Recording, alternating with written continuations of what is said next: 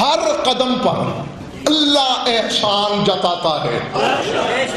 چاہے وہ غضنفر جیسا عام بندہ ہو، اسے کہتا ہے میرا احسان ہے تم پر.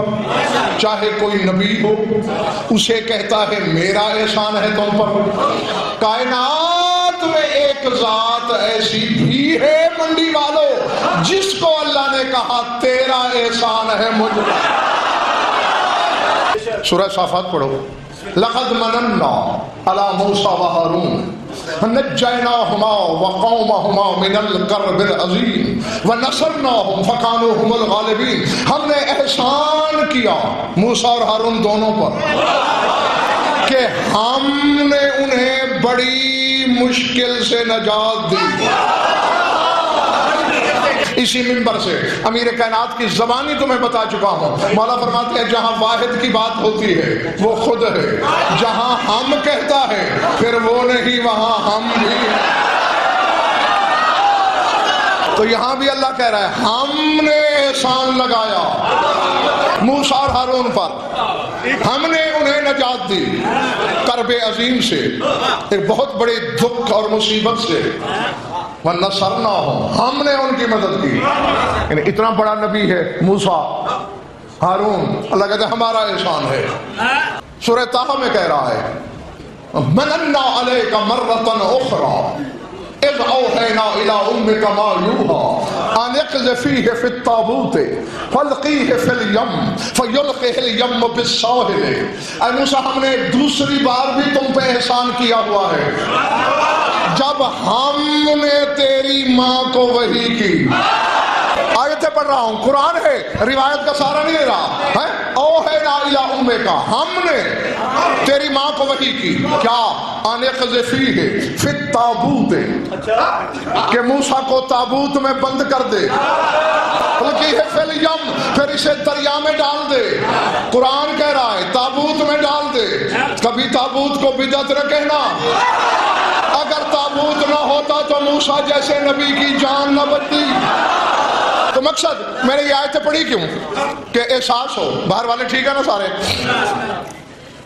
اللہ احسان جتا رہا ہے، مانتا نہیں کسی کا، حتیٰ کہ رسول کے خاندان پر احسان جتا رہا ہے. سورہ آل عمران پڑھو. لقد من اللہ علی المؤمنین اذ بعث فیہم رسولا من انفسہم. احسان ہے اللہ کا ان مومنین پر کہ جب اللہ نے ان میں انہی جیسا رسول بھیجا. یہ گھر جا کے سوچنا، مکے میں تو شرک ہی شرک تھا، کفر ہی کفر تھا. یہ کون مومن ہے جو اعلان نبوت سے پہلے بھی مومن ہے؟ کیونکہ قرآن کہہ رہا ہے لقد من اللہ علی المؤمنین، مومنین پر منت ہے، احسان ہے. وہ ابو طالب اور اس کا خاندان ہے. علی کے باپ پہ احسان جتا رہا ہے اللہ. خدا کے قسم لا تعداد ایسے فکرے ہوتے ہیں کہ جو سامعین ہضم کر جاتے ہیں، حالانکہ اس میں کائنات بند تھی جملے میں. جب علی کے باپ پر احسان جتاتا ہے وہ کیسے اکڑے گا جس کے باپ کا پتہ ہی نہ ہو. ہر جگہ اللہ کہتا ہے میرا احسان، میرا احسان.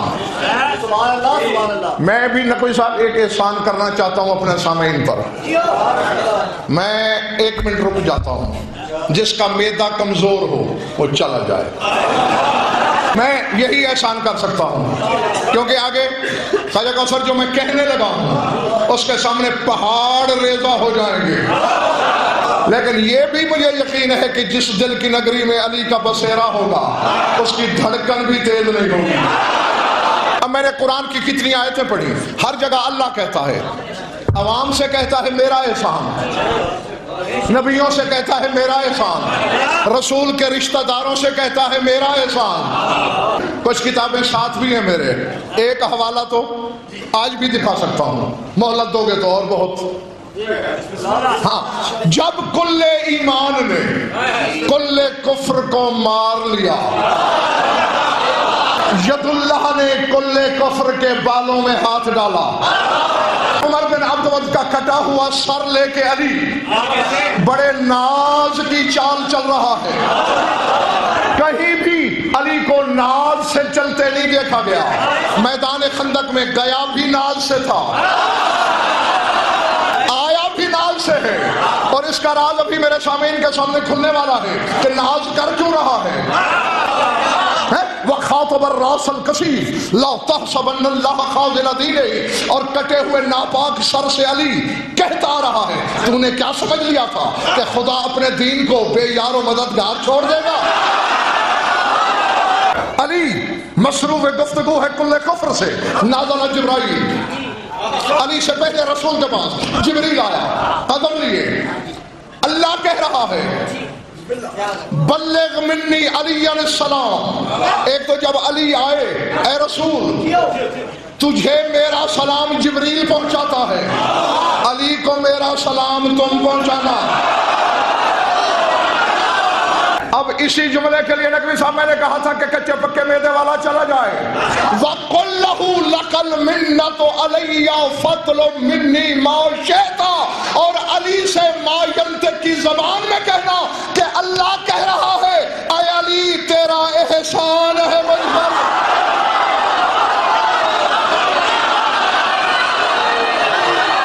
اللہ اکبر، لَكَ الْمِنَّةُ عَلَيَّ، تیرا احسان ہے مجھے اللہ پر، کیونکہ دین میرا تھا، لڑنا مجھے چاہیے تھا،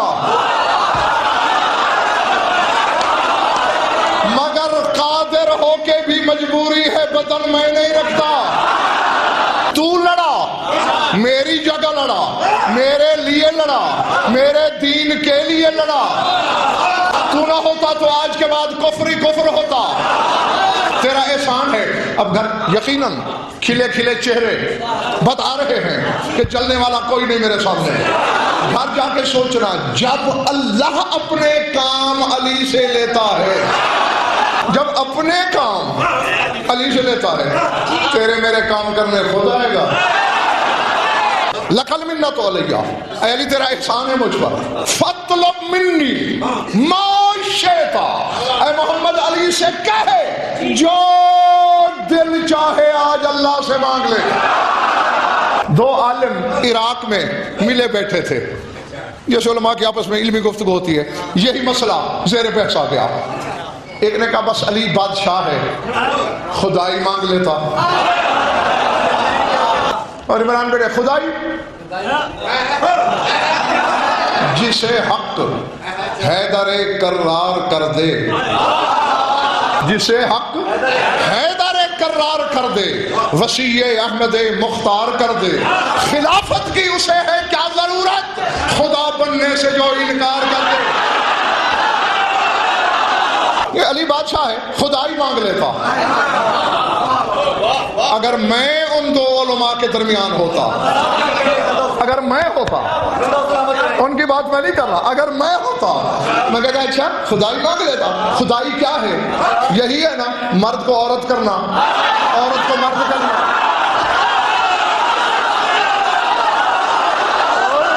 یہی ہے نا خدائی، شمال کو جنوب کرنا، جنوب کو شمال کرنا، ابھرے کو ڈوبنے نہ دینا، ڈوبے کو ابھرنے نہ دینا، کائنات کو رزق دینا۔ یہ کام کبھی علی کے نوکر کرتے ہیں، کبھی نوکرانیاں کرتے ہیں۔ میں کیوں بیٹا میرا دل چاہ رہا تھا کہ میں اڑ جاؤں، وہ راز اب سامنے آنے لگا ہے۔ یا علی تیرے احسان کون اتار سکتا ہے؟ جس کا اللہ احسان مند ہو۔ سر اٹھانا جب علی آئے، یا علی خوشخبریاں، خوشخبری نہیں، خوشخبریاں سرکار آپ ہمیشہ دیا کرتے ہیں۔ فرمائیں ایک تو اللہ نے سلام بھیجا ہے تمہیں، اور جبریل نے نہیں پہنچانا، میں نے پہنچانا ہے۔ یا تو کل سے میری مجلس میں نہ آنا۔ اس بندے سے کہہ رہا ہوں جس کا کلیجہ کانپے، جس کا کلیجہ کوہ احد سے زیادہ مضبوط ہے، وہ بیٹھا بھی رہے، کل بھی آئے، پرسوں بھی آئے، روز آئے۔ جبریل قرآن لاتا ہے، لاتا ہے نا، اور باہر والوں لاتا ہے کہ نہیں، لیکن کہہ رہا ہے سلام تم نہیں، محمد پہنچائے۔ جس اللہ کی نظر میں علی کے سلام کی اہمیت قرآن سے زیادہ ہو، قرآن سے جس کے سلام کی اہمیت زیادہ ہو، اللہ جانے اس علی کے نام میں اثر کیا ہوگا۔ یہ شرف علی ولی اللہ پڑھنے والے کو حاصل ہے کہ وہ اس نام کو نماز سے باہر کرتا پھرتا ہے. ہاں اس کا مطلب ہے پھر اس نے علی ولی اللہ یہاں سے پڑھا ہے. یہ تو ایک اصول ہے بابا کریم شاہ کہ جو دن ہے وہ رات نہیں، جو رات ہے یا علی حق نہیں یا باطل نہیں، یا حق کہنا چھوڑو یا باطل کہنا چھوڑو. کیا کہہ رہا ہے اللہ؟ فتلو ما شئتا، جو چاہو مانگ لو. ہائے اسی ایک احسان پر ہم علی کی چوکٹ پہ سر رکھیں اور ابد تک ہماری زندگی ہو اور ایک سجدے میں بیت جائے. علی کا احسان ہم اتار ہی نہیں سکتے. اللہ کہہ رہا ہے تیرا احسان ہے مجھ پر، مانگ جو مانگتا ہے. علی نے مسکرا کے کہا اريد ان احاسب شیعتی، کچھ نہیں چاہیے، میرے شیعوں کا حساب میرے ہاتھ میں دے دو.